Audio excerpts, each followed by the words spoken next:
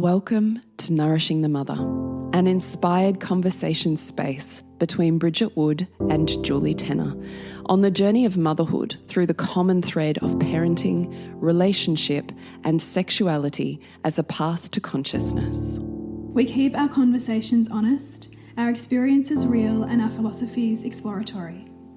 We believe that in order to raise incredible humans, we first have to raise ourselves. We know that in order to rock the family, you've got to nourish the mother. If you are here, you care about paving a path of conscious and intentional motherhood, connected with yourself and your gifts, and also illuminating your children in theirs so we may raise more whole humans who can impact this world in a more humane way. If you desire to integrate your learnings practically and supportively, head on over to bridgetwood.life or julietenner.love to go deeper. And for all live-streamed pre-release podcasts and all our free content, head over to our free Facebook group, Nourishing the Mother with Bridget Wood and Julie Tenner.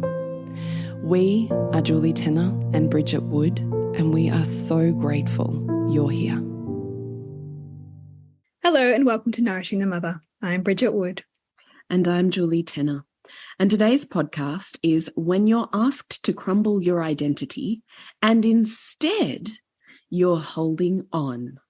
And I think this not only will have some juicy points, tips and starter points for you, but is such a wonderful conversation following on from last week's episode. And just because we cannot hear enough about the process of identity crumbling.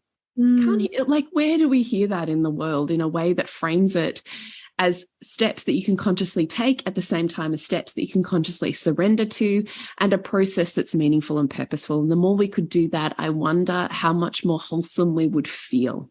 Yeah. And just, I think also too, like how wholesome and just how normal our periods of uncertainty, and what the fuckness, how normal that is. Yeah. And like a signal that something's wrong with you. Yeah. Totally. Thank you for normalizing it. So where we want to start this conversation is when you find yourself here and you're going through an identity crumble, but you're having a lot of trouble letting go of the past self and stepping into the new self, or, sometimes it's like the baby bird's pushed out of the nest. You're not even consciously choosing this, higher self might be, but let's say human you feels like you're being forced out of the nest, or you've been kicked out of the nest and you're trying to, find your wings as you're falling and pretty sure you're about to die as you, crash to the bottom. So often when we're there, what we're seeking is, I feel so disconnected from myself, from my partner, from my children, from my life, from whatever, right? There's this feeling of I'm disconnected. I long, I crave to be in connection and back in meaningful, purposeful togetherness, feeling of comfort, safety, home, and support within myself, my body, my life, my partner, my relationship, my children. Right? Everything. I just want it to all be perfect. And I want it to just come back into the comfort zone. But where we want to take this conversation is, one, how do you get yourself back there? But two, often what actually the holding on is that it will look like self-righteousness. And that can be a hard pill to swallow and a tough one to spot. Yeah. Yeah. Because sometimes self-righteousness can masquerade as integrity. Right. And choosing yourself or, or believing that you're, here to change the world and that everybody else around you isn't on the same wavelength. I don't know, pick your kind of thing. And so that's sort of why it can be hard to spot. Yes. But there's some clues that self-righteousness leaves us, aren't there? Well, this is where we want to take it. Yeah. So when we opened up this call and we had a little riff, Bridgie and I, about where we wanted to take this conversation, Bridgie so perfectly brought out 2 points in spotting self-righteousness. And one of those was spot your thinking. And one of those was spot where you're not in your heart. So we just want to spell those out a little bit more. Yeah. So the thinking one, let's just spot self-righteousness for. It looks and sounds and tastes and smells like a moral high ground where you're better than. Yes. Yeah, so self-righteousness involves you putting yourself on some kind of pedestal and somebody else below you in terms of their worldview, in terms of their thinking, in terms of how they live, their practices. There's a a leveling going on, and that's very much a head thing that you're doing. It's not an act of the heart. Yes. So we want to spell this out. Look for where you are putting yourself, your choices, your belief systems, the way that you see the world and what is important to you, your children, your children's development, your children's emotional well-being, children's psychological well-being, whatever it is, where you're putting your way of viewing as better than someone else's way of being, doing, or viewing. So just watch for when you're doing that and just start to become conscious of where you're playing the role of moral high ground.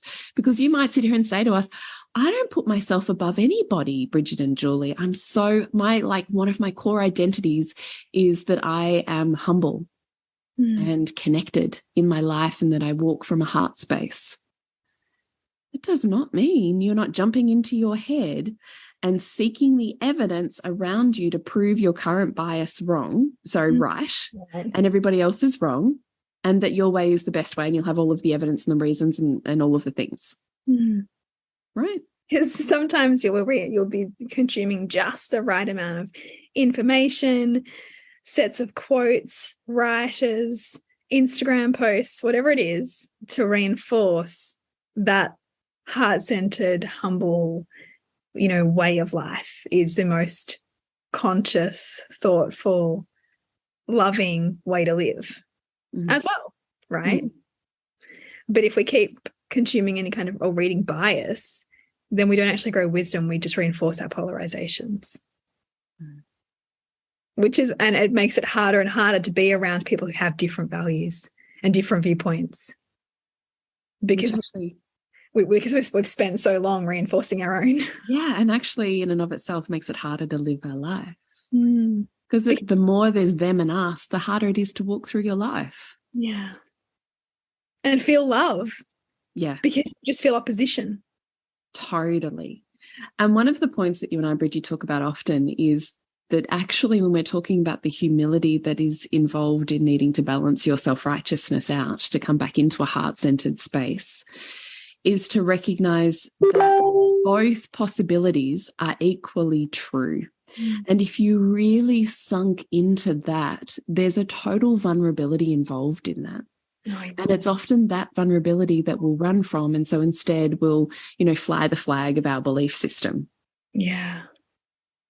And it's just so important to go there, I think, too, because otherwise what we do is we create disconnection. Like we spend our lives creating the very thing that we say that we're not doing, right? Like we say we're all about connection or like the heart, but actually in doing that, we're breeding disconnection from the very things that lead us deeper into our heart. The heart which knows actually there's so many ways to be right here. And you are a mass of contradictions. Yeah. Yeah. Yeah. Can you love that?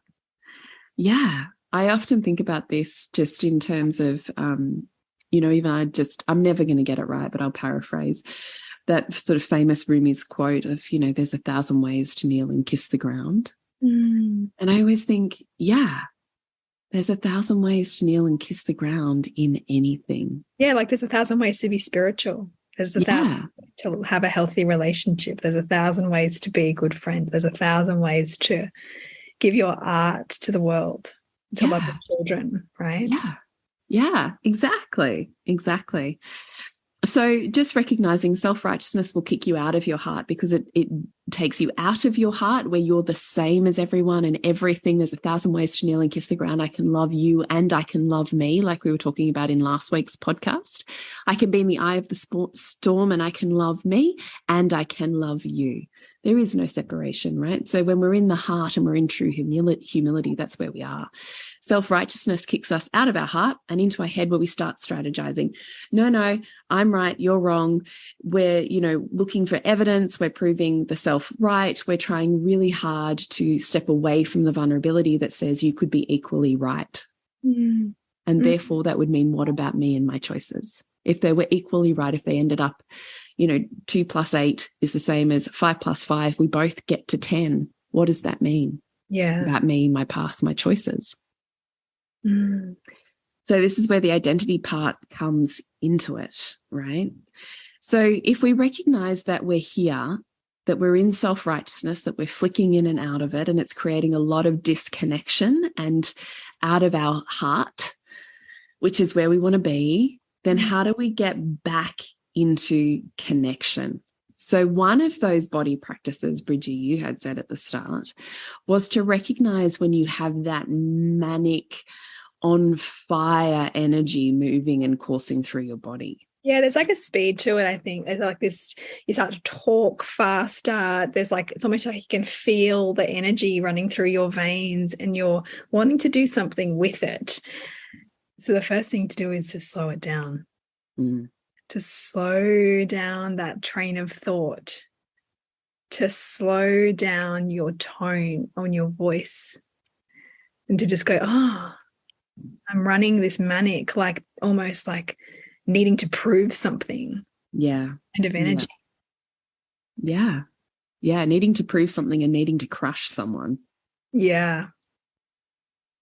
Just a brief break to the podcast to let you know what's happening in our world. So in bridgetwood.life, you will find Reimagining Motherhood, which is a beautiful membership space where you can come into and really be held and seen in community of other women who are really seeking to expand themselves in motherhood and really be at that intersection of where conscious parenting and the whole woman collide. So it's not either or, it is this beautiful melting pot of the two so that you can really dig deep and expand who you are on this mothering journey. And what about you, Jules? Is Queen School. So Queen School is now an online course with 4 full modules that you are self-paced and work your way through, combined with 12 months of really stretching that out as I help you really integrate, embody, and move through the blocks so that you can literally become Queen School in your life. So Queen School is all about connection, pleasure, sensuality, magnetic communication, feminine energy, and embodiment with me over now a beautifully integrated 12-month experience. So you can find out more at julietenner.love. And I mean, I think we'll get to this point too, but it's a tool. Self-righteousness is a tool that we use and a strategy. It's not right, it's not wrong. We're not demonizing it here. But if you don't know and have awareness around how self-righteousness plays out for you in your own like mind and life, then it can run you because you're not aware then of how it's disconnecting you from others, of how sometimes it's taking you away from what's actually really important to you because you're attached to your righteousness. Because it's giving you a lot of benefits, right? Yeah. Like even in the running of, I'm so capable and he's so collapsible.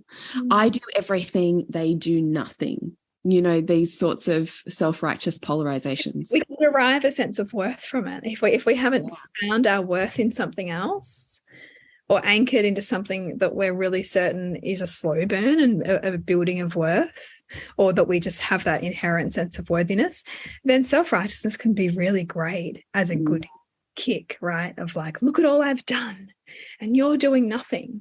Look at all that I'm caring, that I'm giving. Look at how much I'm focused on solving this and you're just not even thinking about it, right? Like that accusatory tone, that sense of like, I've got this covered and what are you doing? Like that.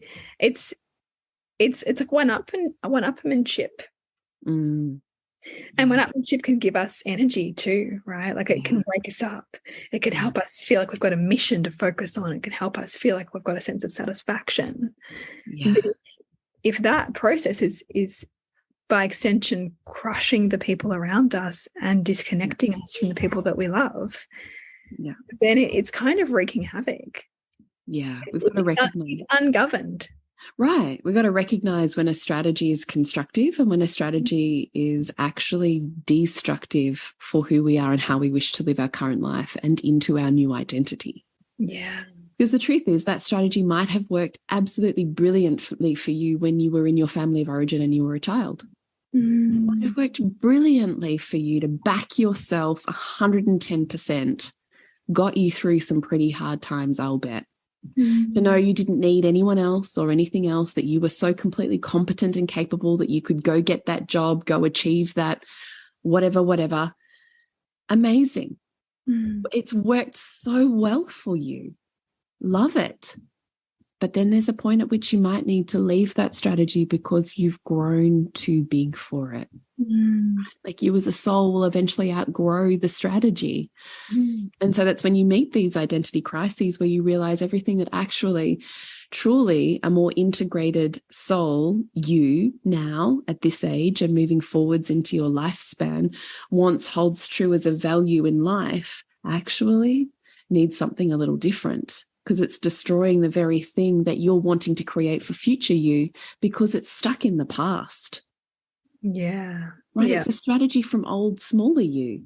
And it's a strategy that's also supported by a whole bunch of neurochemistry that wants to keep it that way. Yeah. Right. So we've also had like grace for ourselves in the changing of that strategy, because that strategy has been initiated before you often even realize. Yeah, totally. Because it's just a neural pathway, right? Yeah. We just keep going. I know. I think about this often.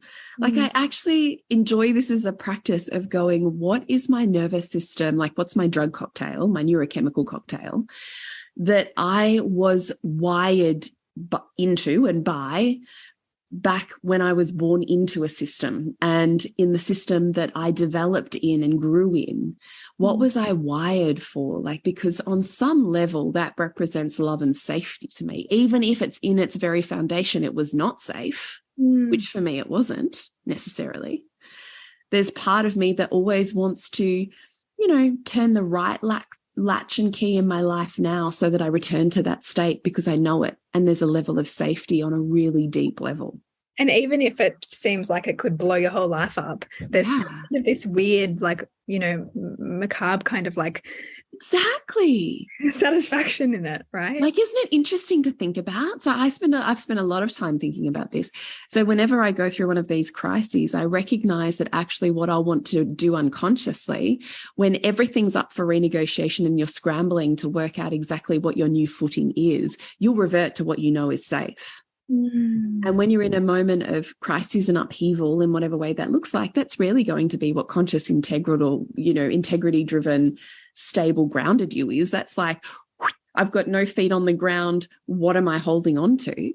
Yeah.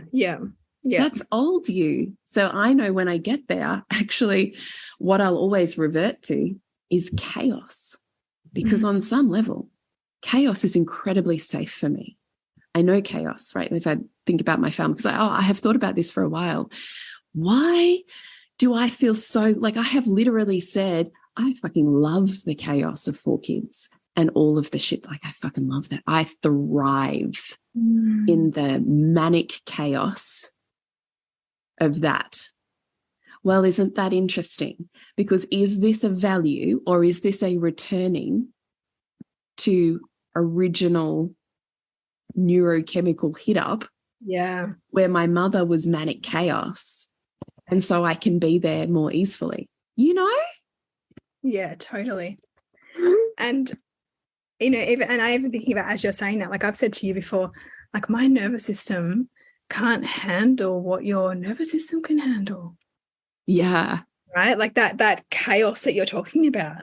Yeah. It's because mine doesn't have that wiring. That learn an element of safety in that. Right. And so like you can go back there and go, no, I got this. Exactly.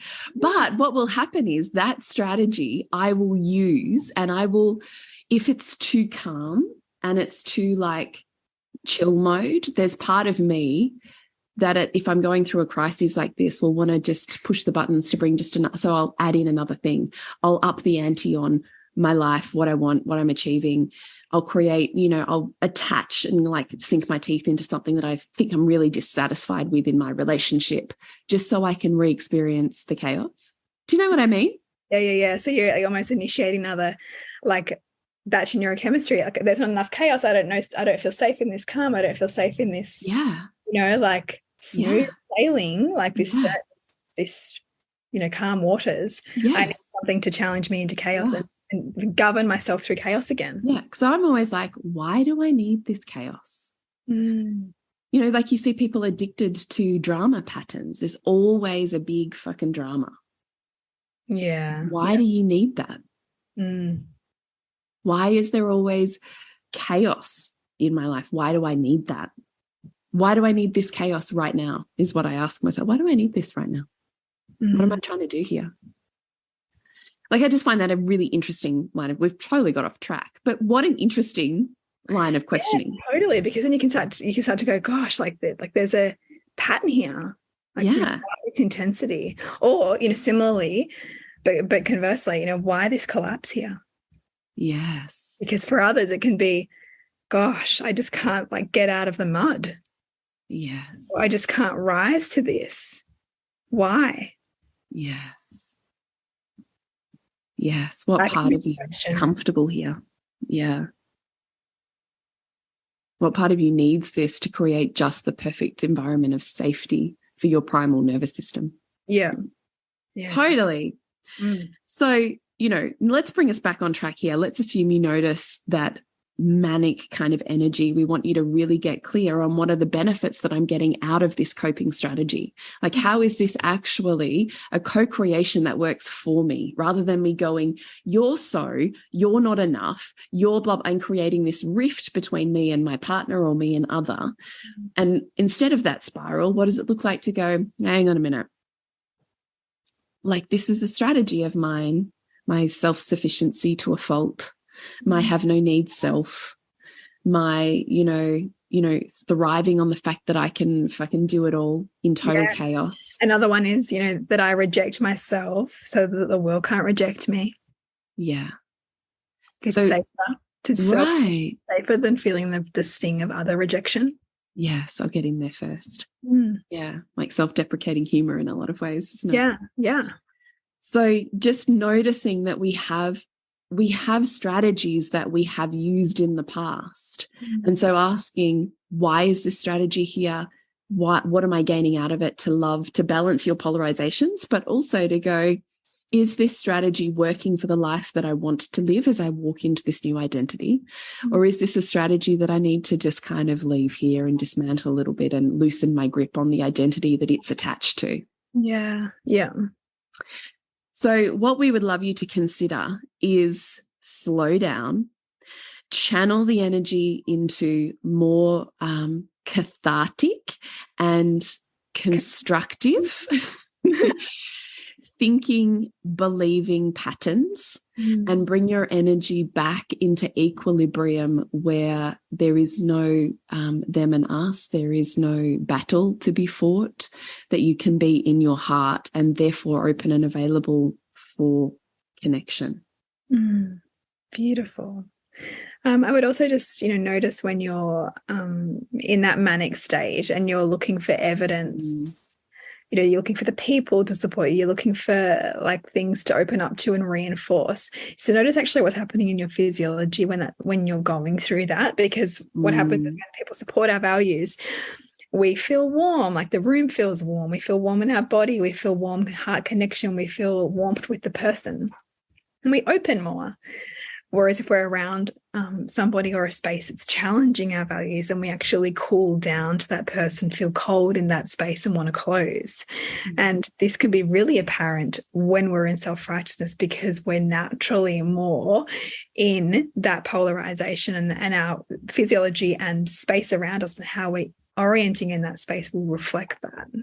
And it's just great to notice, because then you can consciously do that questioning of like, oh, okay, I can see I'm talking to this friend because I know that they're going to back me up, or I'm seeking connection with that person because I want to feel safe in my values right now and safe in my righteousness. And just ask yourself, is this the path I want to go down? Is this the train I want to keep running along this track.